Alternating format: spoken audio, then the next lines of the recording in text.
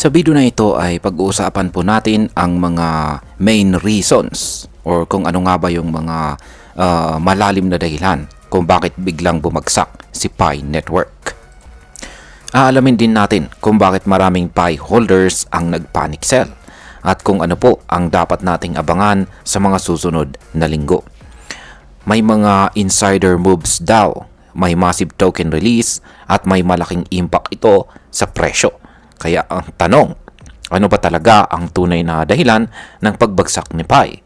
At maliban po dyan ay makaka-recover pa kaya or makakabangon itong si Pi Network? Kaya yan po ang siyang ating pag-uusapan sa video na ito. Pero bago po tayo magpatuloy ay pakibasa na lamang po muna ang disclaimer dito sa ibaba ng ating screen. At ayan mga ka-crypto, simulan po natin sa kung ano ang kasalukuyang estado ng presyo ni Pi Network. Sa kasalukuyan si Pi Network po ay nagtitrade sa mga halagang 0.45. Yan, mga 0.4561 sa ngayon pero nagbabago po siya. Nag-fluctuate. Ngayon kung titignan po natin ang trend nitong mga nakaraang linggo, makikita natin na tuloy-tuloy ang pagbaba ng kanyang presyo.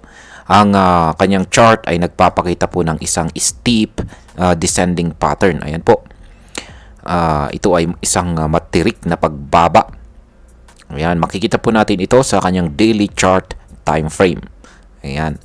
Masasabi na rin natin na ito ay isang descending wedge pattern. Ang chart po na ito ay, ayan, ibig sabihin ito ay hindi lamang po ito simpleng correction ang nangyayari rito, kung saan ay may malalim po na dahilan kung bakit po siya pababa ng pababa. Ngayon ay bakit nga ba bumagsak ang presyo ni Pi Network? Ang pangunahing dahilan ng pagbagsak ng presyo ni Pi ay ang malakihang token unlock na naganap po noong pagitan ng June 28 at hanggang sa paparating na July 15. Ayan, 2025. June 28 hanggang July 15 ang token unlock. Kaya sa mga panahong ito ay mahigit 337 million po na Pi tokens ang mailalabas sa market. Kaya isipin mo ito, nag-umpisa po noong July, yan, noong July 4. Yan, ay merong pong mahigit 19 million na Pi tokens ang sabay-sabay na na-release sa market. At katumbas po ito ng halos $10 million na halaga. Dahil dito ay marami pong holders ang nagmadaling magbenta at ito po ang siyang nagdulot ng oversupply sa market. Kapag mas marami po ang supply kaysa sa demand, natural lamang po na bumaba ang presyo nito. Ang July 2025 naman ay ang sinasabing pinakamalaking token unlock bago po dumating ang taong 2027. Yan, kasi sa 2027 naman po yung sunod na malaking token unlock. Kaya napakalaga po ng buwan na ito sa kasaysayan ni Pi Network. Ito po ang turning point para sa mga early adopters at saka long-term holders. Ngayon ay may kinalaman ba ang Pi Core team sa pagbagsak ng presyo?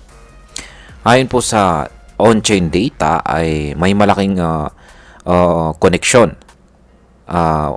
Meron pong malaking wallet na posibleng konektado raw sa Pi Core team kung saan ay naglipat po ito ng milyong-milyong Pi tokens papunta sa mga exchanges tulad ni OKX at saka Gate.io. Hindi pa po malinaw kung ano ang tunay na dahilan ng paglipat or pag-transfer na ito. Pero maraming nag-assume na baka may insider selling na nagaganap. Dahil po sa chismis at saka speculation, marami pong retail holders ang nawalan ng tiwala at nagmadaling magbenta ng kanilang hawak na Pi tokens. Lumaki rin po ang bilang ng tokens na pumapasok sa mga exchanges. Ibig sabihin ay mas marami pong gustong magbenta kaysa sa bumili. Ngayon ay bakit hindi pa rin listed si Pi sa mga malalaking mga exchanges? Hanggang ngayon, si Pi ay hindi pa rin po siya listed sa mga top tier exchanges tulad nila Binance at saka Coinbase.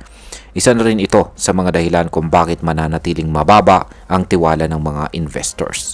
Limited pa rin po ang access ng mga tao kay Pi token at dahil dito ay kakaunti po ang liquidity. Ang hype event naman tulad po ng nakalipas na Pi 2 day ay hindi rin nagbigay ng significant boost sa presyo. Imbis po na tumaas ay lalo pang bumaba si Pi pagkatapos ng event. Ito ay nagpapakita na kahit may mga event at promotion, hindi pa rin po sapat ang real-world adoption o paggamit sa tunay na buhay. Ngayon ay ano naman ang sinasabi or ipinapakita ng mga technical indicators tungkol dito sa galaw ng presyo ni Picoin. Yan, kung titingnan po natin ang mga technicals, malinaw po na si Pi ay nasa ilalim ng bearish trend. Ibig pong sabihin ay maraming traders ang naghihintay ng further drop para makabili sa mas mababang presyo. Ayon po dito sa chart, si Pi ay tila naiipit na sa isang falling wedge pattern. Ibig sabihin, habang bumababa po ang presyo, papalapit na rin ito sa punto ng isang breakout. Pero hindi pa sigurado kung paakyat ito or pababa. Ang kanyang Bollinger Bands naman ay nagpapakita po ng parallel movement. At ito po ay nangangahulugan ng pagbaba ng kanyang volatility. Samantala ang kanyang RSI naman or Relative Strength Index ay nasa mababang antas na. Ibig naman pong sabihin nito ay sobrang oversold na. Yan, sobrang oversold na po si Pi. Maring ito ay magbigay po ng hint or isang palatandaan na may paparating na reversal. Pero dahil mahina po ang momentum, baka hindi pa po agad-agad mangyayari. Kung tuluyang mabasag po ang kasalukuyang suporta, pwedeng bumaba pa si Pi sa presyong 0.35. Ngunit kung makakabalik po siya at malampasan niya ang resistance sa presyong 0.47, pwede itong magbigay ng panibagong pag-asa sa mga holders. Ngayon ay makaka-recover pa ba si Pi Network mula sa pagbagsak na ito? Sa ngayon ay hindi pa po malinaw kung makakabawi agad itong si Pi. Ang kailangan po nating bantayan ay ang susunod na ecosystem updates, partnerships, at kung kailan ba talaga bubuksan ang open mainnet. Hanggat hindi pa nararamdaman ng mga tao ang tunay na gamit ng Pi token sa totoong buhay, mananatiling mahihirap bumawi sa market. Pero tandaan po natin, ang crypto market po ay sobrang volatile. Pwedeng biglang bumalik ang tiwala ng tao kapag may major announcement o development mula sa team. Pero kung wala, baka magpatuloy po ang downtrend. Ngayon ay pag-usapan naman po natin ang posibleng epekto nito para sa atin bilang mga Pinoy crypto traders at investors. Para po sa atin dito sa Pilipinas, ay mahalagang aralin natin ang sitwasyong ito. Marami po sa atin ang umaasa kay Pi Network bilang isang future project na makakatulong sa ating finances. Pero dapat po nating tandaan na hindi po sapat ang hype at dami ng users. Ang pinakamalaga po ay adoption, real utility at saka transparency ng team. Kung isa ka pong trader, mas mainam na maghintay po tayo ng klarong signal bago po tayo pumasok ulit kay Pi. Kung holder naman po tayo, kailangan po natin na maging patient at huwag po tayong magpanik.